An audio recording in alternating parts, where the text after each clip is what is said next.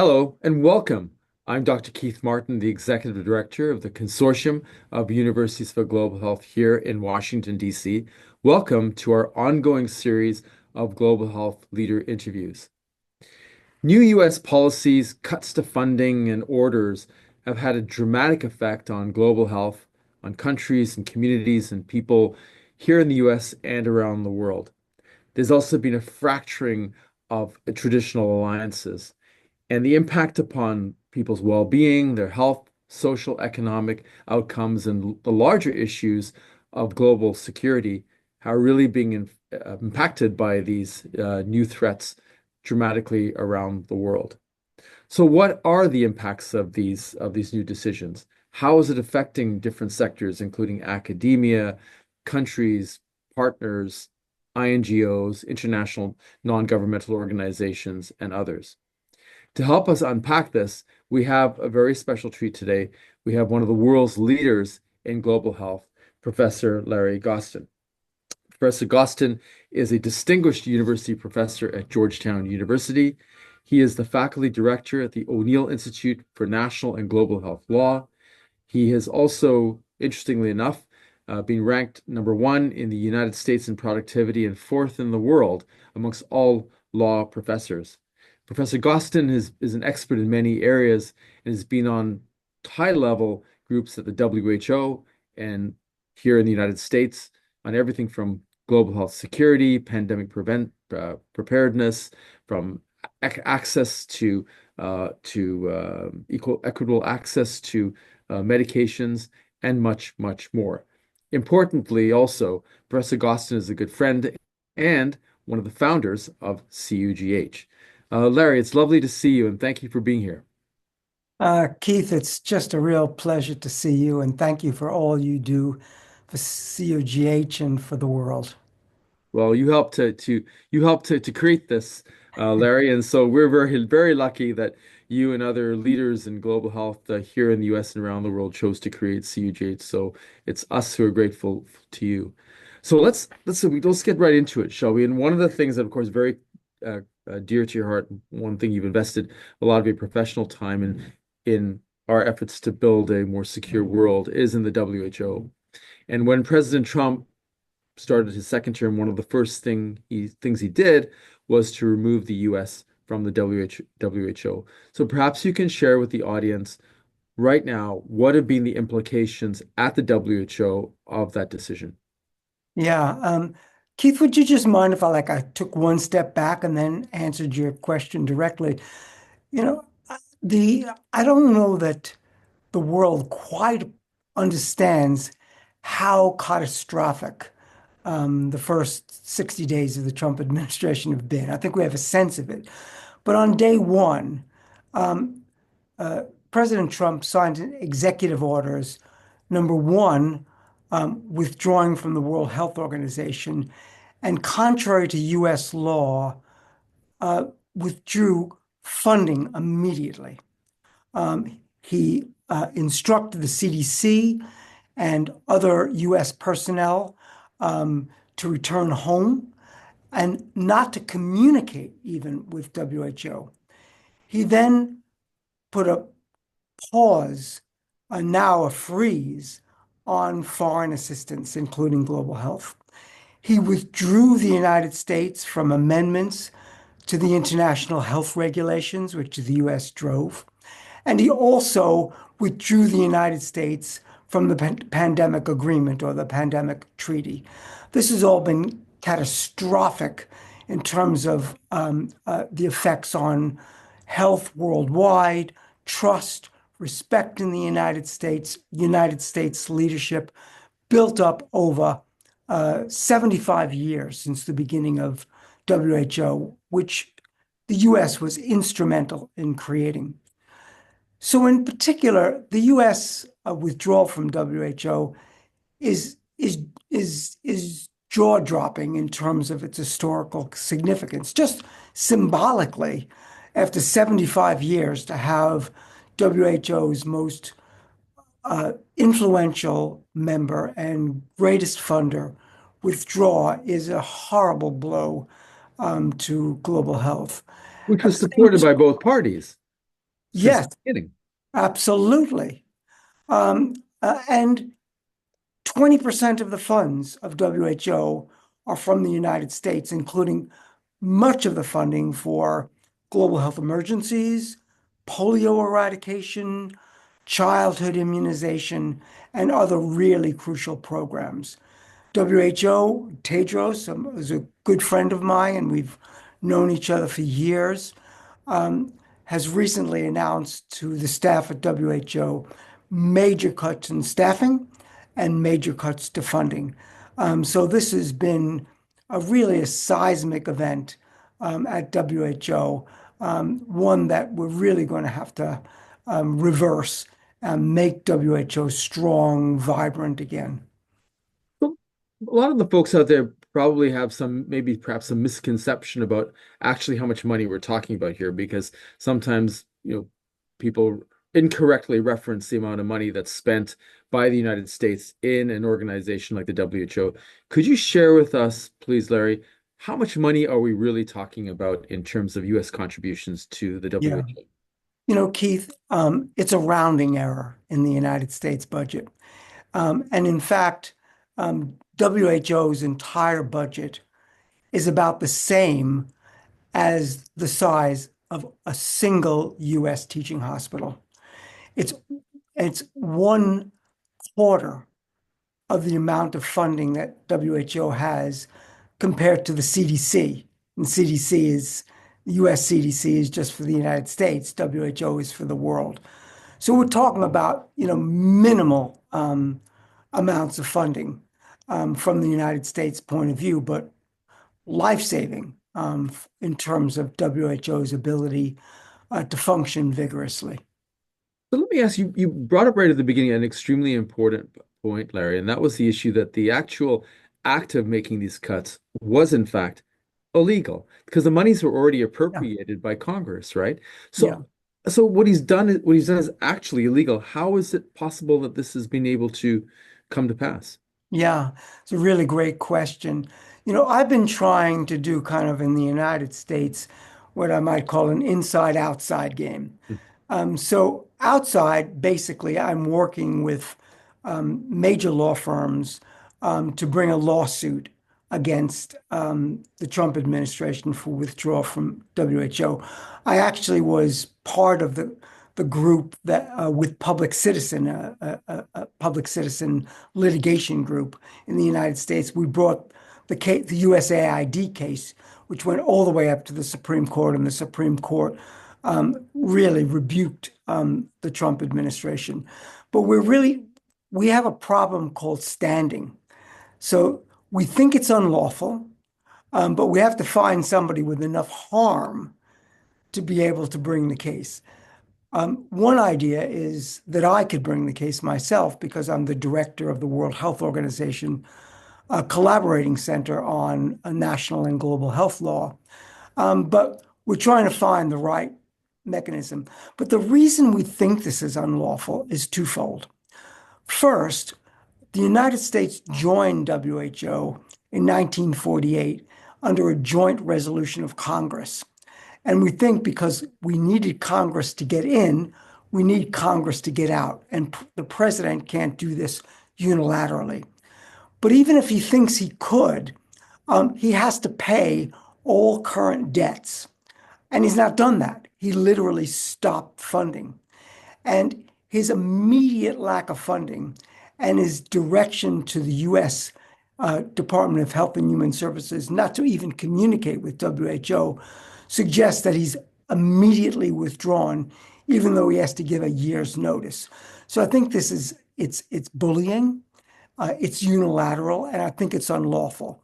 Now, we have a big problem in the United States because the Supreme Court has a hyper conservative majority of 6-3. And half of the conservative justices, President Trump himself appointed. And so getting the courts to actually do their job and to be really a check on power is going to be really difficult. But we're trying, and many people in the United States don't want to let this stand. So let me put myself into the pretend for a moment that I'm a Republican supporter and I'm a member of President Trump's party, not a member of his base, but Hmm. a standard Republican supporter or congressperson. What would you say to me in contrast to President Trump saying, look, what I'm doing is going to make America healthy? Because he said Yeah. that. He said, I'm going to make America healthy again. What would be your counterpoint to that in the face of these cuts to the WHO? To be very honest with you, Keith, I cannot think, and what I would say to a Republican member of Congress is that I can't think of a single way that this advances American national interests. Um, Maybe you could argue it's okay to disrupt the world the way you have, to damage world health, although I would never accept that a human life in, say, Zimbabwe or Southeast Asia or any place in the world, a child is a child. We all have equal rights to exist. We all have equal dignity. But even if you said that, maybe you could argue that this advances American national interests, but it doesn't.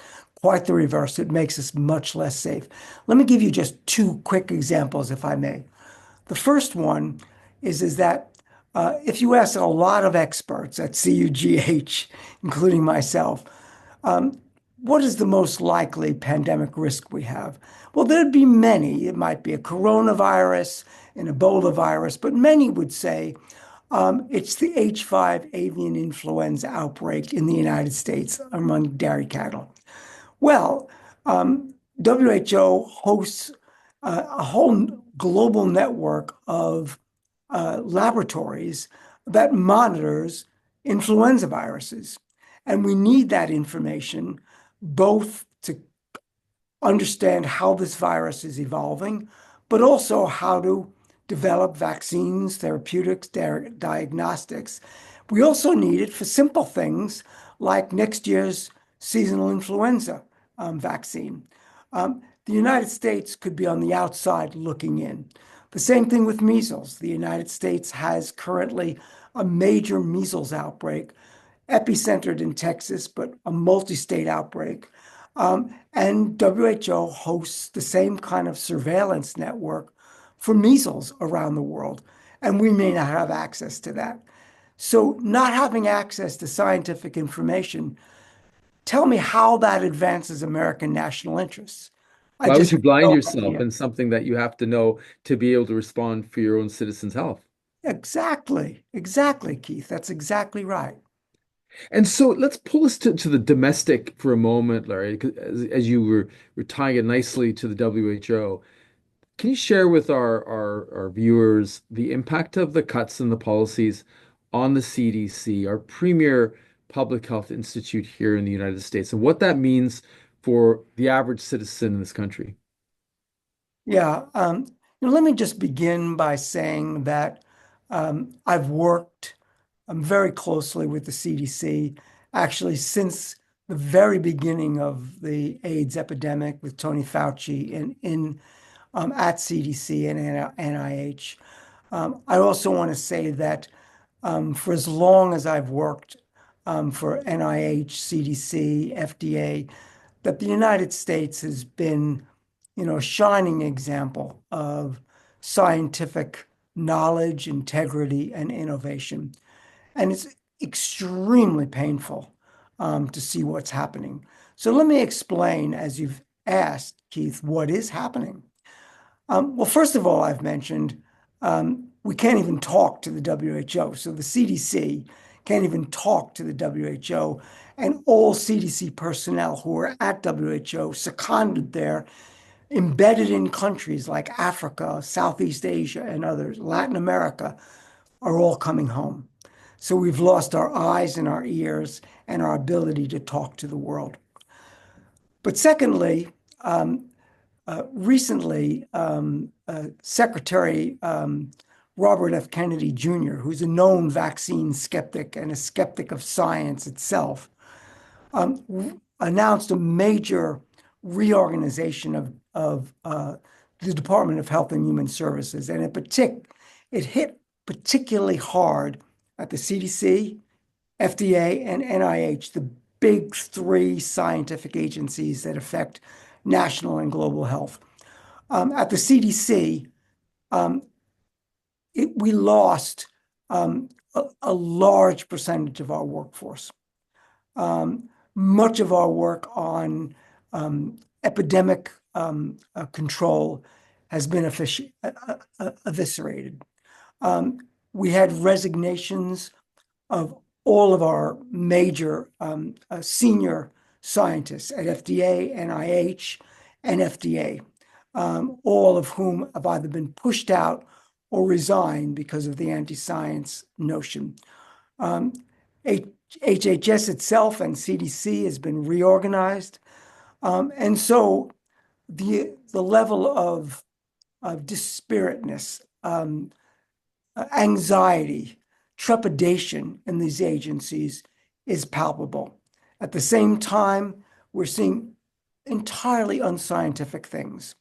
So for just to give you one blatant example, we all know that the link between MMR vaccines and autism is bogus. It's literally a fraud because the paper that established it in the Lancet by Andrew Wakefield was withdrawn from the Lancet because of fraud. It was a fraudulent paper. Andrew Wakefield was stripped of his medical license in the UK. The National Academy of Sciences in the United States said there's no grounding, no link between them. And yet, Senator Kennedy, Secretary Kennedy, who's our HHS secretary, continues to foment distrust in the vaccines. And he even appointed a vaccine skeptic, a known vaccine skeptic, to lead a new study into the links between autism and MMR vaccine. That's just one example of how we're undermining science, undermining vaccinations in the United States. And it's all global. You can see this distrust in public health, not just in the United States, but in every corner of the globe. Yeah. And, you know, science shouldn't be political. No, Science, and there is such a thing between truth and untruth. And there is such a thing between things that advance health and denigrate from health. And there is such a thing between decency and lack of decency. yeah. And all of those lines are being blurred in the Trump administration. And it pains me as an American to say this. And you and I are privileged to work with, know a lot of dedicated public servants at the Centers for Disease Control, at NIH, at Yeah, Environmental Protection Agency, HHS, you name it. These yeah, folks could be doing something else outside government, making a lot more money. They're some of the smartest, most dedicated people yeah, who devoted their lives to the health, welfare, safety, and security of the American people at the expense of themselves, and sometimes even putting their lives on the line, as yeah, we know, because we've met those people who've gone all over the world to stop diseases in other parts of the world, to save those people's lives, but also to save American lives here. yeah. And it's just immoral personally, I'm sure, to listen to people bashing these public servants who cannot defend themselves because they are public servants and are not allowed to do that. It's just bullying, and they don't deserve it. Keith, that was so beautifully stated. And we don't say it enough. We don't thank, our epidemiologists, our scientists, our health advocates in these agencies enough. And it's not just that we're cutting funding, as you say. It's not just that we're deciding that we're going to, retire them early or force them out, which is all happening. And it's not just undermining their scientific credibility, but it's actually making them fearful. People like Tony Fauci and even me, we get death threats. They get death threats just for doing their job. And it's just, it takes you aback, just as a human being, to see people who have dedicated their lives to just keeping America and the world a little bit safer. As you say, they do it selflessly, without recognition. They do it in ways that often is not remunerated, and sometimes even really dangerous because if they're on the front lines of an Ebola outbreak or an Mpox outbreak. They're in war-torn areas, they're in humanitarian disasters, and yet, rather than thank them every single day, we kick them when they're down, Yeah. and we tell people that they're the enemies. It's so hard to believe that anybody could possibly support that kind of, set the policies aside. Just on a human level, we know that that's wrong in our hearts. And then the children of people from both political parties, some of them want to do this space, and it really do this work, and it's really unfortunate that as you so powerfully said, Larry, that they're mistreated and bullied in this way. I And want the future generation is not going to want to go into science no, and and we'll all public be service. worse off for it. Yeah, I know. One thing that recently happened, Larry, and it's really shook me, is the cutting at the Food and Drug Administration of their capacity to oversee the protection of food and other products. That which they're designed and dedicated to protect the American people. And I know in some countries they don't have that, and people die of adulterated drugs, adulterated food. Why? I mean, how do we get that message out in terms of how dangerous this is to undermine the Food and Drug Administration and frankly the EPA, the Environmental Protection Agency too, in the work they're doing? This is a clear threat to some of the foundational things we rely on their everyday lives.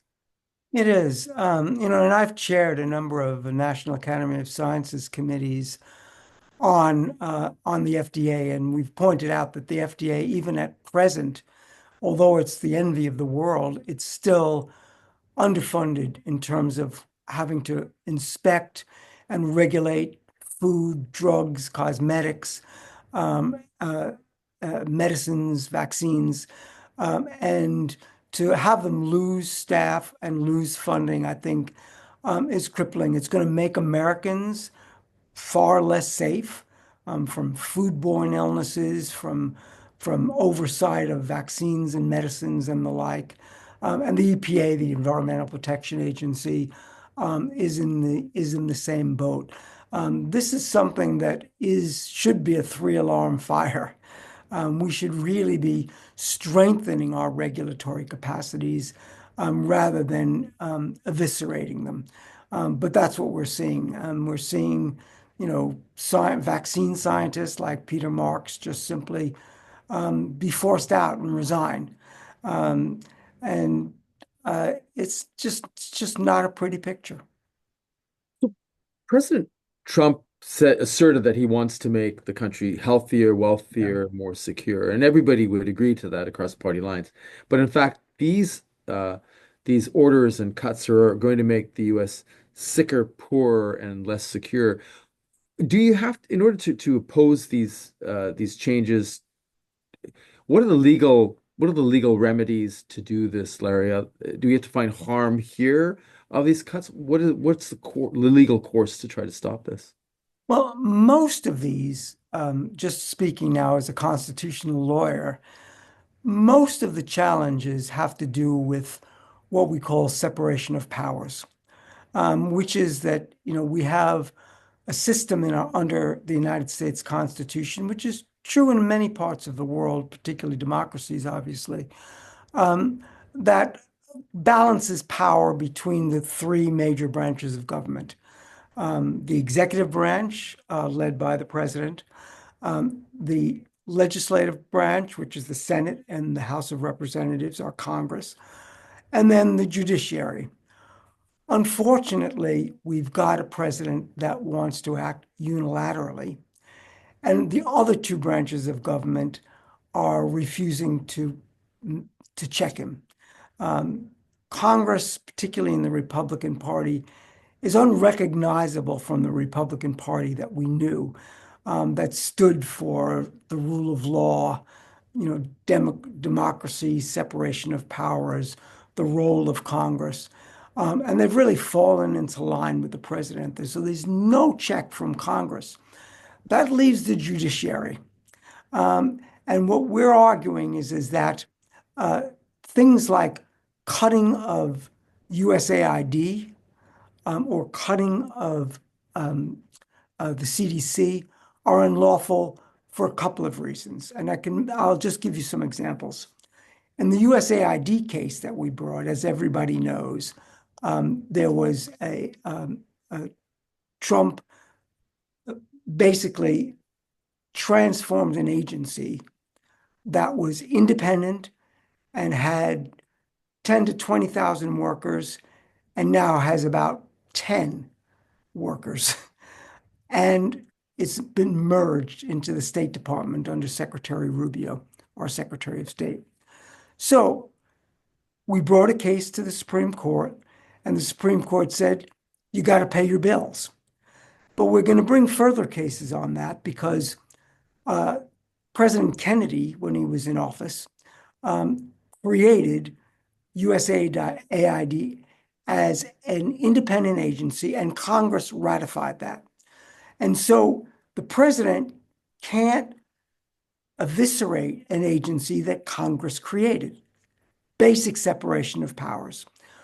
Also, Congress holds the power of the purse.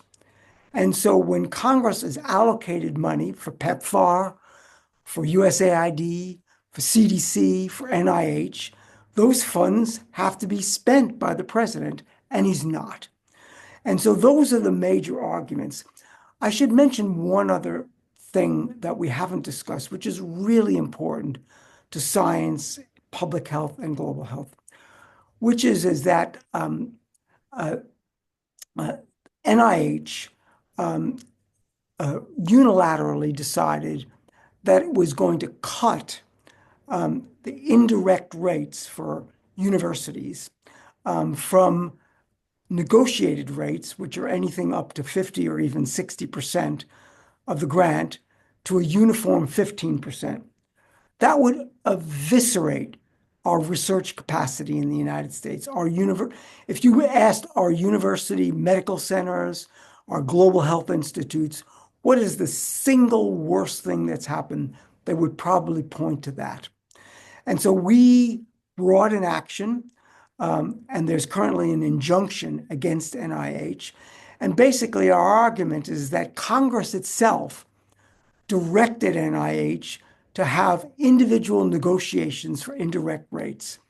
And the president can't undo what Congress did, but that's exactly what he's trying to do. The big issue, as I've mentioned earlier, is whether a hyper-conservative Supreme Court is really going to push back. I just had an article in JAMA on the boundaries of presidential powers. And basically, although we look at the USAID case, we simply say there's a mild rebuke by the Supreme Court of the Trump actions in global health, but it's the mildest possible rebuke. And I really fear that in the United States, we don't have an effective check on Yeah. what is an unreasonable, in my view, unlawful, and catastrophic set of decisions made unilaterally by the president. I mean, you can go down the list of actions, and it's really out of the autocrat's playbook, isn't it? I mean, Yeah, go no further than Viktor Orban in Hungary and see what yeah. he's done to academia and to oversight mechanisms, which Academia, law firms, universities, right across the board. and this is, I mean, personally, I don't, I would love obviously your insight, your view on it, Larry. What you think about does this disturb you even more than some of the other actions? Because it seems to me to be an absolutely undermining of some of the fundamental constitutionally protected structures within this country that ensures that we have a republic, a democracy here, as opposed to an autocracy. Yeah. It seems to me people are just not paying enough attention to this, which seems to be more worrying and more frightening than a lot of other things. Yeah, you're so right, Keith. I mean, I do worry about American democracy, and our ability to actually have, vibrant democracy. And when I talk about democracy, I'm not just talking about elections. And as we all know, there was an insurrection in the United States just at the end of President Trump's first term. Um, but elections are a problem. But also, as in Hungary with Viktor Orban and other autocracies, you need to have robust institutions and you need to have robust civil society. You need to have robust academic centers and intellectual centers. These are all crucial. I mean, look at the Cultural Revolution under Mao in China, just as an example.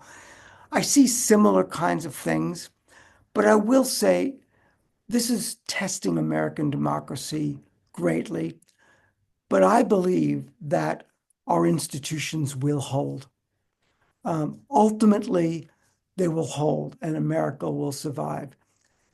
One of my great worries is that the United States has built up a reputation of trust, respect, leadership very imperfectly since 1948 when the WHO was created, over more than 75 years. And in a matter of 60 days, a single human being, a single American, has eviscerated that trust, eviscerated the respect. I've just come back from traveling throughout Asia. I traveled in Latin America, Africa, and the seething anger and the loss of not just trust but respect in the United States um, is is just painful to see. It's palpable. But as we speak right now, Keith, right now in Geneva is the last week of negotiations on a pandemic agreement, a treaty. And it's just possible that the rest of the world will poke the United States in the eye and say, well, okay, you're not going to be part of this, but we're going to go ahead anyway. We do believe in international cooperation. We believe in solidarity. We believe in open scientific exchange. We believe in the WHO, and we believe in equity, despite what the United States is doing. And I think the tariffs that are going on now are just kind of the last nail in the coffin. And so I think the countries around the world, not only even our allies, but particularly our allies, are deciding to go it alone. That's sad as an American, but maybe it's hopeful. Maybe we can create a new sense of cooperation and solidarity and equity around the world that's badly needed. And what I've tried to remind our folks internationally, to my country in Canada, Larry, is that it's we're this battle's going on the tariff side, but just remember that I said to our folks that nearly half the country didn't vote for President Trump. There are a lot of Republicans who are beside themselves of what's been happening. Sure. So there's a majority of Americans who don't actually agree with the actions taking place now. So I think we personally be mindful of the fact that I hope we can still, subnationally try to maintain those relationships with those who want to work together. So Yeah. we're still doing that and not really follow down what Steve Bannon, one of President Trump's advisors, have asserted for a long time, is to remove the United States out of the transatlantic relationship, weaken the European Union, and make the US a more insular structure, which doesn't, as you so powerfully said, doesn't support the health, welfare, and security of this country at all. No. Yeah, beautifully said again, Keith. I mean, we have there are some really good people in the United States. I want to say that to the world. There really are. Our scientists, our civil society, our public servants, um, our kind of the legal profession and people that fight for democracy and justice and fight against climate change and believe that we all live in this single world where we're all in this on this earth together and that's it's earth connected. There are a lot of Americans that believe in that vision, and I do think we can have scientist to scientist, university to university, civil society to civil society, communication, people to people. Our governments, our government might be wretched to the core, and I don't want to say that, but it's true. It's so self-evidently true, but our people aren't. Yeah. Um, and you know, and so we it's a very important reminder that we can continue, strong, secure international cooperation, solidarity, fight for science, fight for equity, fight for justice, as peoples. Well, you're a case in point, Larry, as a proud American who's done that his entire professional life, and we're all better off for it around the world. One last question, which is the advice to the global health community, because that's most of the many of the people listening to this, although this will be publicly available, your interview. What can the global health community do now and in the future to build forward better? Yeah, I mean, one of the things we've learned, and I've actually just written an article about this, about how we might be able to make, I'm not sugarcoating the idea of American abandoning leadership and abandoning funding and all of that. There's no sugarcoating that.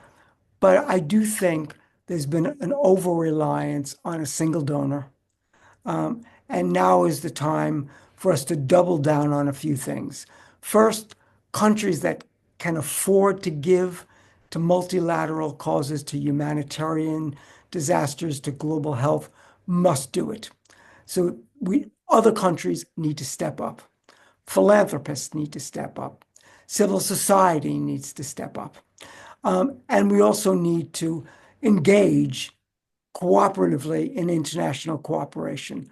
We should forge alliances and norms in climate change, in biodiversity, in global health, the pandemic treaty, the international health regulations. There's no reason why we can't forge on as an international community to do that.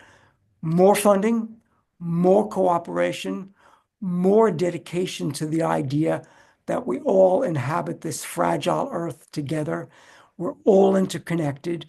And that, as my friend Tedros has said, no one is safe until everybody's safe. And no one is healthy unless everyone is healthy. And the other thing that's really important that you and I have both been saying throughout this interview, every human life, wherever you are, deserves respect.